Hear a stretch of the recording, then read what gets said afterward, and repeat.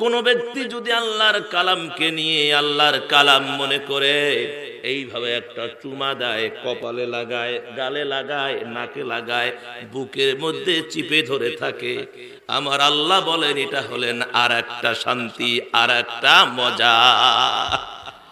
কোরআনকে চুমা দেওয়া এ মজা আলাদা। কেননা এই সময় বাবাকে চুমা দিয়েছি, একটা স্বার্থ আমার আছে। বাবাকে চুমা দিলে বাবা আমাকে চকলেট দিবে, বিস্কিট দিবে, কথা কন না কেন? আর ছেলে যখন বাবাকে চুমা দেয় এই আশায়, আর বাবা ছেলেকে চুমা দেয়, জাদুমণি সোনামণি, আমার কলিজার টুকরে, আমার ময়না পাখি, ওরা আমার বুকের ধন, বাবা ভালো করে লেখাপড়া করবি, বাবা এই হাদিসগুলো মুখস্থ করবি, মাদ্রাসা হয়ে যাবি। একটা হিসাব আছে না নাই? আছে। স্ত্রী স্বামী একই হিসাব, যে বেশি মহব্বত দেখালে বেশি কিছু পাওয়া যাবে। কিন্তু একমাত্র কোরআন, এই কোরআনকে চুমা দিলে, কোরআনকে ভালোবাসলে, এই কোরআনকে ভালোবাসলে আল্লাহ খুশি হবেন, আল্লাহ রাজি হবেন, আল্লাহ বান্দাকে জান্নাত দিয়ে দেবেন। বাস, কি সুন্দর কথা, ঠিক কি না? তাহলে আমার ভাই প্রশংসা হবে কার? যে আল্লাহ আমাদেরকে নিয়ামত দিয়ে ভরপুর করেছেন। আপনাদের সকলের পা আছে, আছে না নাই? দুটা করে পা আছে। যেমন আমাদের দ্বিতীয় বক্তা চলে গেলেন দিশারি ভাই, একটা পা, জন্মগত দুটাই ছিল, অ্যাক্সিডেন্ট করে একটা পা হারিয়ে ফেলেছেন। আল্লাহ তাকে যেন সবর এখতিয়ার করবার তৌফিক দান করে, জোরে কোন আমিন। আমার ভাইজান, আল্লাহর প্রশংসা আপনি কেন আদায় করবেন না, এই যুক্তিটা আমাকে দেখান। কেন করবেন? প্রত্যেকটা মানুষের পায়ের দুইটা করে পা আছে। আপনি দেখেন তো পায়ের তলায় হাত দিয়ে ওই চামড়া মোটা না পাতলা? জোরে কোন, মোটা না পাতলা? মোটা। কেন মোটা হলো? কারণটা কি? আমাদের এই নাটোর জেলায় সারাদিন রাত যত গাড়িগুলো এই রাস্তা দিয়ে চলে, এদের চাকা আছে না নাই? চাকা থাকলে টায়ার আছে না নাই? আছে। তাহলে যে যে গাড়িতে আপনি টায়ার লাগাইছেন, এটা কি সবসময় চলে না মাঝে মাঝে চেঞ্জ করা লাগে? চেঞ্জ করতে হয়। 6 মাস, 1 বছর বা 10 মাস হলে, 8 মাস হলেই চেঞ্জ করার প্রয়োজন হয়। কারণ যে এই টায়ার থাকলে থাকতে পাতলা হয়, তারপর নরম হয়ে যায়, বাস্ট হওয়ার সম্ভাবনা বেশি, দুর্ঘটনা ঘটার সম্ভাবনা বেশি। চেঞ্জ করতে হয়। যখন চেঞ্জ করতে যান টাকা তো নেয় না, টাকা নেয়। আরে বোঝেও না, জোরে কর না। আপনাদের উৎসাহ আমার আওয়াজ বাড়বে, আমার আলোচনা আমি উদ্বেলিত হব, আমার আলোচনা আপনাদের কি সহযোগিতায় আমার আলোচনা বৃদ্ধি পাবে। তাহলে চাকা কিনতে গেলে, টায়ার কিনতে গেলে পয়সা টাকা নেয়, নেয়। হ্যাঁ আমার ভাইয়ারা, এখন চিন্তা করেন, মাথা খাটান। আল্লাহ রাব্বুল আলামিন প্রত্যেকটা মানুষের পায়ের তলায় জন্মসূত্রে এমন মোটা টায়ার সেট করে দিলেন, মরণ পর্যন্ত আর চেঞ্জ করার প্রয়োজন হয় না।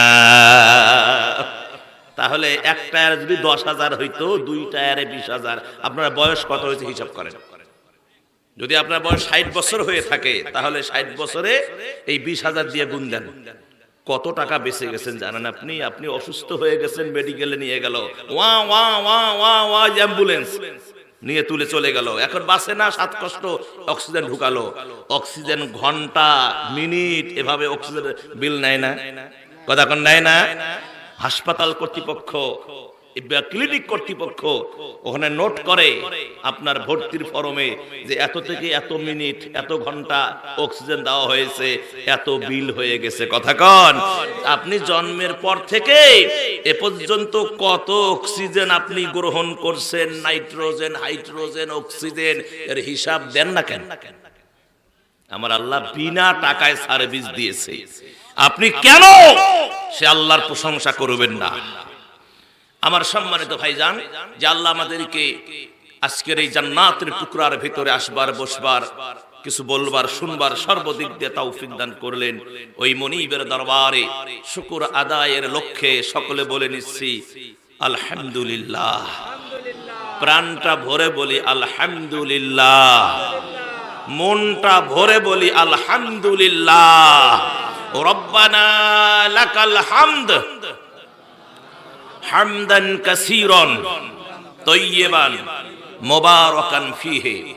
দরুদ আর সালাম নবীজির কদমে হৃদয়ের সমস্ত আবেগ ভালোবাসা উজাড় করে দিয়ে সকলে বলছি সাল্লাল্লাহু আলাইহি ওয়াসাল্লাম। আরো জোরে বলি সাল্লাল্লাহু আলাইহি ওয়াসাল্লাম।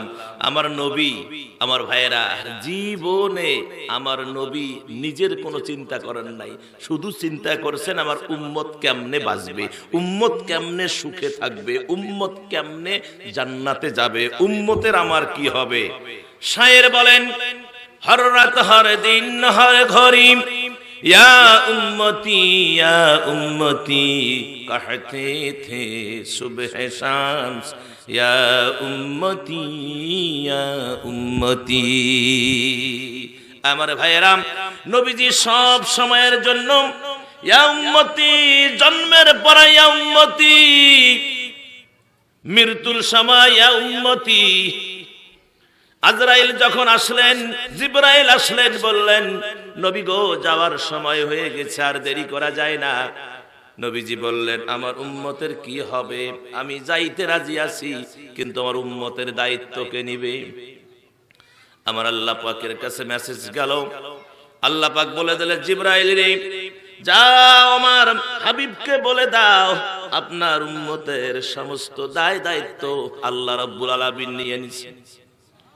নবীজি খুশি হলেন, জিবরাইল আখিরি সালাম দিয়ে চলে গেলেন, আর দেখা হবে না গো নবী। কতবার এসেছি আপনার কাছে, কত মোহাব্বত কত ভালোবাসা দিয়েছেন, ভাইয়ের মতো ব্যবহার করেছেন, এই যে চলে গেলাম আর দেখা হবে না, হবে না, হবে না। জিবরাইল গেল, আজরাইল আসলেন, সালাম দিলেন। নবীজি আজরাইল রে তুমি কি আসছো? হ্যাঁ ইয়া নবী আল্লাহ, প্রস্তুত হয়ে যান। এবার নবীজি শুয়ে আছেন, আজরাইল আস্তে করে বৃদ্ধা আঙ্গুলখানা নবীজির বুকের উপর বসায়া দিলেন।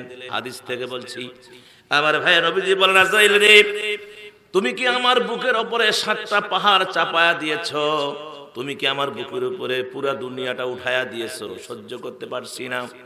আজরাইল বললেন নবী গো এটাই যদি সহ্য করতে না পারেন, তাহলে আপনার গুনাহগার উম্মতিনী যারা হবে, আমি আমার তামাম দেহের যা শক্তি আছে সব শক্তি প্রয়োগ করে তাদের জানটা আমি কবজ করব, রূহটা কবজ করব। ওগো নবী বলেন তো তারা কেমনে সহ্য করবে? নবীজি আর দেরি করলেন না, চোখের কোনা দিয়ে ঝরঝর করে পানি ঝরছে।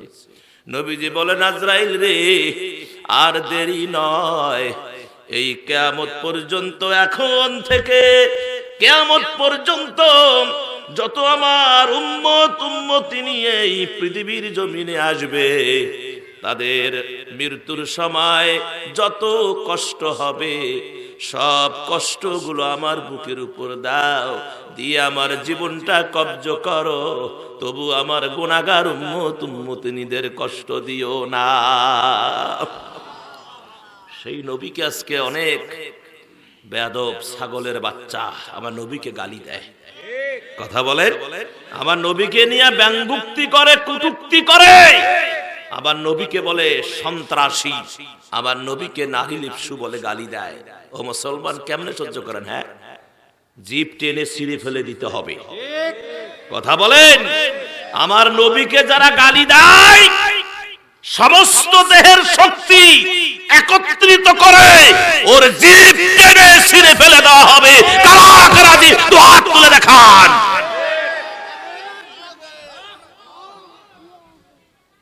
স্লোগান একজন তুলবেন, একজন বলবেন নারায়ে তাকবীর বা লিল্লাহে তাকবীর, আর একজন বলবেন সবাই বলবেন আল্লাহু আকবার। আল কোরআনের আলো হয় নাই, আল হাদিসের আলো না না হয় না, না না কিসের সংসদ? সংসদ লোক আছে, সংসদ সিকে মিকে দৌড়দৌড়ি করেছে, সংসদ ফাঁকা, ওখানে জালে লাভ আছে, কথা কন না কেন? হ্যাঁ এই চাচা সংসদে ওই যারা যখন সংসদ চলে তখন জ্বলাইলে লাভ হয়, আর ঘর তো জ্বালায়া পুড়িয়ে আংরা করছে, কথা কন না কেন? সারাটা জীবন তো ঘর জ্বালাইলেন, এখন সংসদে জ্বালাইতেছেন, সংসদ তো এখন ফাঁকা, এখন কোথায় জ্বালাবেন?